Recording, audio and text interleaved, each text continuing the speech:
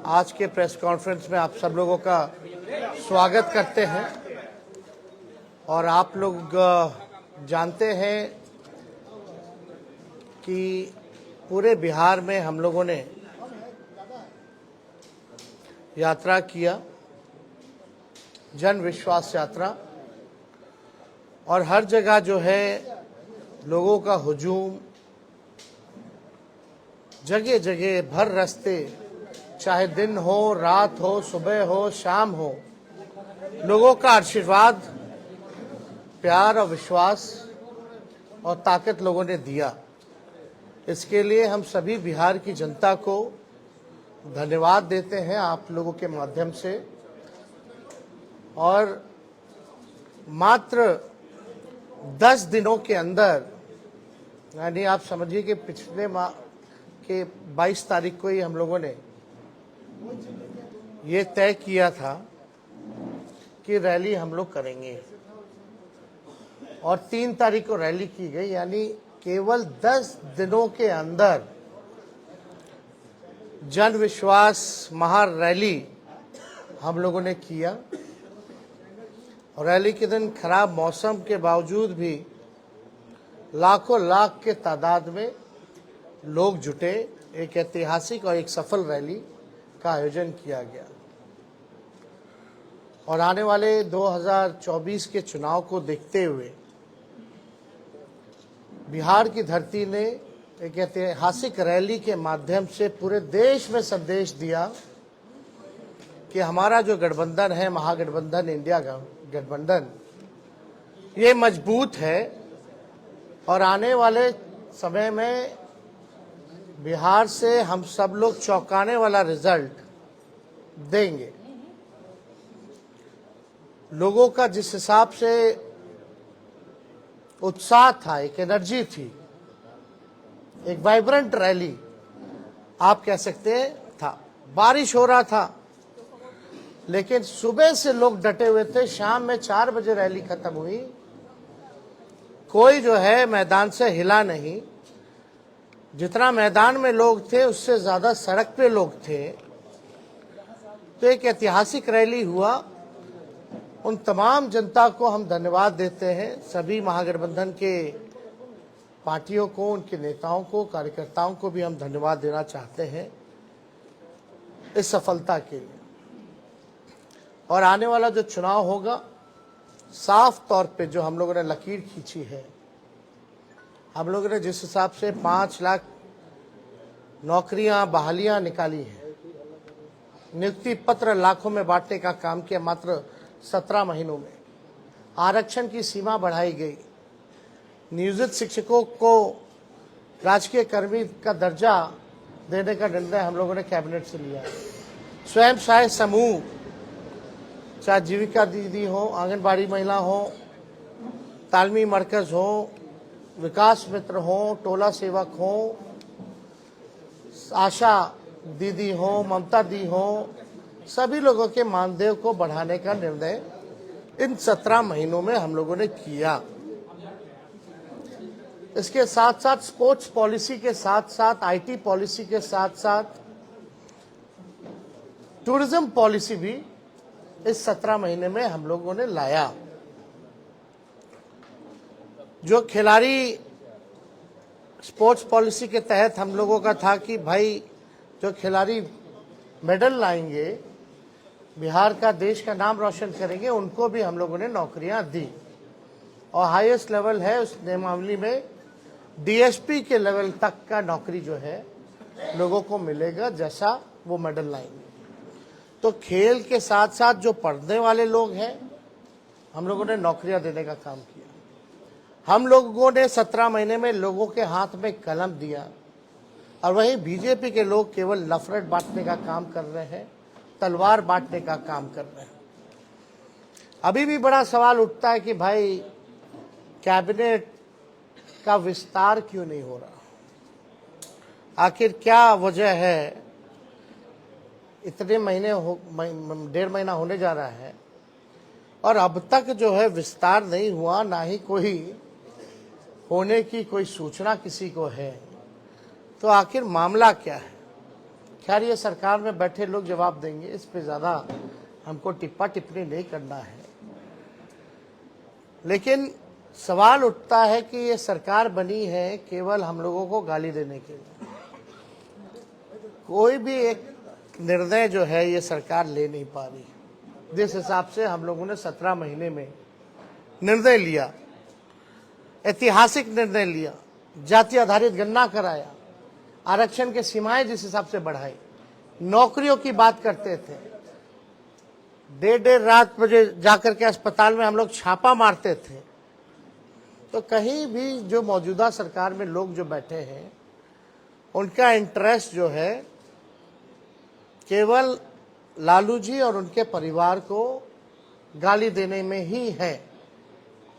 1-1.5 महीना से कोई काम नहीं हो रहा, और जो बजट भी आया वो बजट में हम ही मंत्री लोगों का साइन था। जो केवल भाजपा के वित्त मंत्री जो हैं वो पढ़े हैं, वो हम ही लोगों का काम का गुणगान जो है वो लोग कर रहे थे। ये बजट में देखे तो कैबिनेट में सबसे ज्यादा मंत्री राष्ट्रीय जनता दल के कोटे के थे, कांग्रेस के थे, तो हम ही मंत्रियों का साइन जो हम ही लोगों ने भेजा। खैर ये बातें अलग हैं, लेकिन हम लोग पूरी मजबूती के साथ आने वाले चुनाव में हम लोग लड़ेंगे और बिहार से हम लोग चौंकाने वाला रिजल्ट हम लोग देंगे। तो इसीलिए आप सब लोगों को हम आज बुलाएं ताकि आपके माध्यम से हम लोग बिहार की जनता को धन्यवाद दें। चाहे कोई वर्ग के हो, कोई जाति के हो, कोई धर्म के हो, सभी लोगों का पार्टिसिपेशन इस रैली में रहा।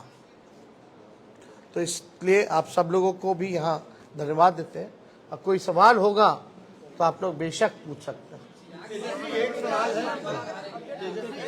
है, आप कहते हैं कि आप कलम बांटने का काम करते हैं और भाजपा वाले तलवार बांटने का काम करते हैं, लेकिन इंडिया ब्लॉक के एक नेता हैं ए राजा, उन्होंने कहा है कि भारत एक देश नहीं है और अगर ये एक देश है तो एक भाषा और एक परंपरा ये होनी चाहिए। और उन्होंने आगे बढ़ने के बाद ये भी कहा कि रामायण में वो भरोसा नहीं रखते हैं और राम सही नहीं है। ये उनका व्यक्तिगत बयान है, ये हम लोगों का नहीं।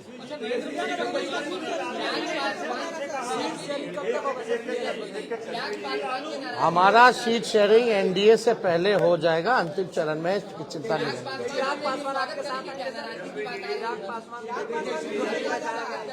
इसमें हमको क्या कहना, हमको तो कहीं जाना है नहीं, हम तो जहाँ हैं वही हैं। जिनको आना होगा वो ना बताएंगे, वो तब की बात है, तब की बात। ब्रिजभूषण शरण सिंह ने कहा है कि मैं भी मोदी का परिवार हूँ। ब्रिजभूषण शरण सिंह जितने महिलाओं का शोषण का आरोप है, उन्होंने भी कहा कि मैं भी मोदी का परिवार हूँ। अब देखिए, अब इस पे ज्यादा कुछ तो हम नहीं कहेंगे, लेकिन हम इतना जरूर कहेंगे 80 करोड़ गरीबी से करते हैं हाहाकार, 100 करोड़ बेरोजगार, 120 करोड़ महंगाई से लाचार, दुखी सब परिवार फिर भी कहते हैं उनका परिवार। दोबारा हम पढ़ देते हैं, 80 करोड़ गरीबी से करते हाहाकार, 100 करोड़ बेरोजगार, 120 करोड़ महंगाई से लाचार, दुखी सब परिवार फिर भी कहते हैं उनका परिवार। मतलब मुद्दे की बात होनी चाहिए। पिछले बार चौकीदार हो गए थे, अब जो है परिवार हो गए हैं। ये इससे नहीं, आपको बताना होगा कि आपने कितने रोजगार दिए, आपने कितने कारखाने दिए, आपने महंगाई कम किया कि नहीं किया, आपने पलायन रोका कि नहीं रोका, आपने क्या इंडस्ट्री निवेश बिहार के लिए क्या लाया। आपको इस मुद्दों पर जो है कितनी गरीबी आपने हटाने का काम किया, आपको इन मुद्दों पर जो है लोगों को बात करनी चाहिए।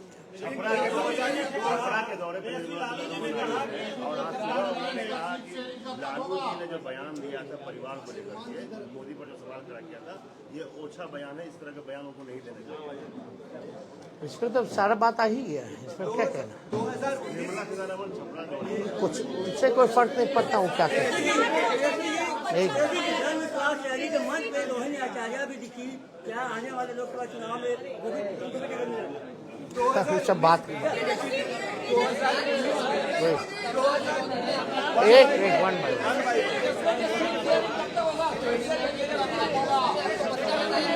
एक कोई समझ में नहीं आ रहा कौन क्या बोल रहा।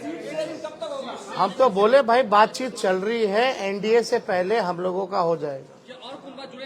लेकिन आप देखिएगा जो लिस्ट भाजपा का निकला, बिहार का तो किसी का नहीं निकला। तेजस्वी जी कल सुप्रीम कोर्ट ने कहाँ बीजेपी में बिहार में एको को टिकट बांटा, जरा नामों बताइएगा। सुप्रीम कोर्ट ने एक फैसला दिया है। अभी उन्होंने एक बयान दिया जिसमें आपको क्या है, बच्चे हैं तेजस्वी यादव। अब इसमें क्या कहें, मेरी खुद की बेटी है, हम पिता भी तो हैं। अब इस पे क्या बोल रहा हूँ। 2019 में चौकीदार चोर है के बाद एक कैंपेन शुरू हुआ, मैं भी चौकीदार। अब लालू जी के भाषण के बाद परिवारवाद पे फिर से एक कैंपेन शुरू हो गया, मोदी का परिवार। क्या लगता है कि फिर से 2019 रिपीट होने वाला? चलिए, अब आप लोग मानते तो हैं लालू जी के बात का असर पड़ता है, बट वो अब हर जगह तेलंगाना आप वो कहें, वो उनका कहना है, लेकिन क्या हालात है इस देश के, जो वो कह रहे हैं उनका परिवार, क्या किसान के लोग लाठी से पिटा रहे हैं, क्या वो उनका परिवार नहीं है? अपने परिवार के साथ कोई इस तरह का काम करता है क्या? पिटवाने का, मिलने का समय नहीं है किसानों से। क्यों नहीं मिल रहे भाई?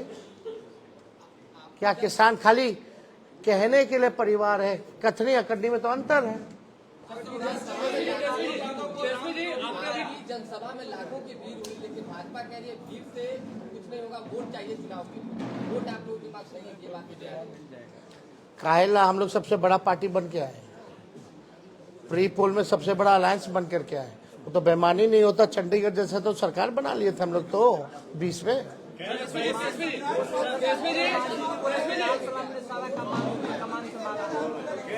सब लोगों का योगदान है, और जो लोग कुछ भी कहते हैं वो अपना भी करके देख लें। सुप्रीम कोर्ट ने कहा, अब लास्ट क्वेश्चन, आखिरी। वोट फॉर नोट का मामला सुप्रीम कोर्ट ने कहा है या जो 4 विधायक हैं उस पर कार्रवाई होगी, क्योंकि सुप्रीम कोर्ट ने कहा कि वोट फॉर नोट के मामले में पार्टी कार्रवाई कर सकती है। नहीं, इसमें हम लोगों ने लिखित में हमारे सचेतक ने और हमने खुद भी स्पीकर महोदय को हमने लिख करके दिया है। तो निर्णय, क्योंकि कानून तो है और इसमें एविडेंस भी है, और एविडेंस आप सब लोगों ने देखा ही था। कोई भी उधर का इधर आके नहीं बैठा, जो कुछ लोग थे इधर के ही उधर जाकर के बैठे हैं। ये तो सबसे बड़ा एविडेंस है। और परंपरा के हिसाब से वोटिंग के टाइम में जिसको जहां सीट अलॉट होता है उसको वहीं बैठना पड़ता है। तो इतना बड़ा सबूत है, तो हम तो लिख करके दिए हैं, कार्रवाई तो होनी चाहिए। अब अगर कुछ निर्णय नहीं ले पाते हैं स्पीकर महोदय, तो हमारे पास रास्ता खुला हुआ है। अब खुद कह दिया तो स्पेसिफिकली हम लोग जा करके फिर लाएंगे। अब तो कम से कम स्पीकर साहब को निर्णय ले लेना चाहिए ना।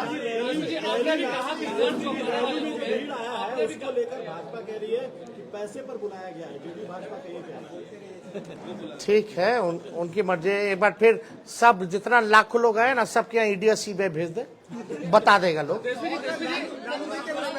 जरा 10 लाख से ऊपर जो लोग आए हैं, जरा सबसे पूछताछ कर ले।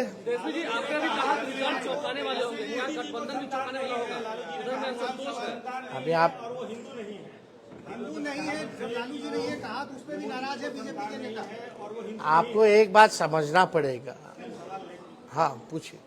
जैसे लालू जी ने बयान दिया, हिंदू नहीं है, उनको संतान नहीं है। एक बीजेपी में कैंपेन शुरू हुआ कि मैं मोदी परिवार, फिर हिंदू है कि नहीं, उसको लेकर के उन्होंने कुछ वीडियो जारी किया, कहाँ कहाँ उन्होंने पूजा और राम मंदिर। क्या लगता है 2024 में जो ये एजेंडा सेट हुआ उसमें लालू ने ही मदद किया, ये हिंदू, राम मंदिर और परिवार? कोई ये आपकी सोच है। मुद्दा साफ यहाँ खड़ा है, गरीबी, बेरोजगारी। ये क्या है? लालू जी ने एक बात नहीं की, बहुत बातें की। लेकिन एक बात तो सही है कि अभी तक सही से जवाब कहाँ कोई दे पा रहा है। इस पे हम ज्यादा टिप्पा टिप्पणी नहीं करना चाहते हैं। हम लोग भी सब परंपरा को मानने वाले लोग हैं, हम लोग भी हिंदू हैं, हम लोग भी पूजा पाठ करते हैं, हमारे घर में भी मंदिर है, सुबह शाम वहाँ आरती होती है। तो इस तरह कोई बात धार्मिक को लेकर के एजेंडा नहीं हो सकती। लेकिन हाँ, अगर हमारे भी घर में कोई किसी की मृत्यु होती है तो हम लोग बाल मुड़वाते हैं, हम लोग दाढ़ी छिलवाते हैं, हम लोग अपनी बेटी का मुंडन हम करा के आए, तो हम लोग तो फॉलो करते हैं ना।